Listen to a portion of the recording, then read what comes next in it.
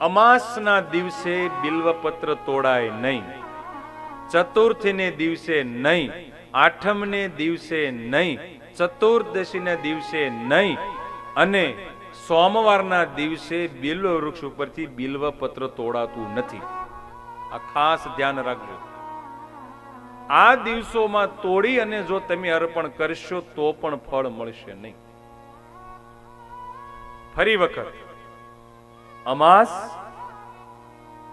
ત્યાર પછી ચતુર્થી, અષ્ટમી, નવમી, ચતુર્દશી અને સોમવાર. આ દિવસોમાં બિલ્વ વૃક્ષ પરથી બિલ્વપત્ર તોડાતું નથી. સૂર્ય અસ્ત થાય પછી તોડાતું નથી. સૂર્ય ઉગે પછી, સૂર્ય આથમે એ વચ્ચેના ગાળામાં તોડાય. સમજો કે આવતીકાલે અમાસ છે, આવતીકાલે ચતુર્થી છે, અષ્ટમી છે, નવમી છે, તમારે પૂજા કરવી, તો આગલા દિવસે બિલ્વપત્ર તોડીને રાખી શકો.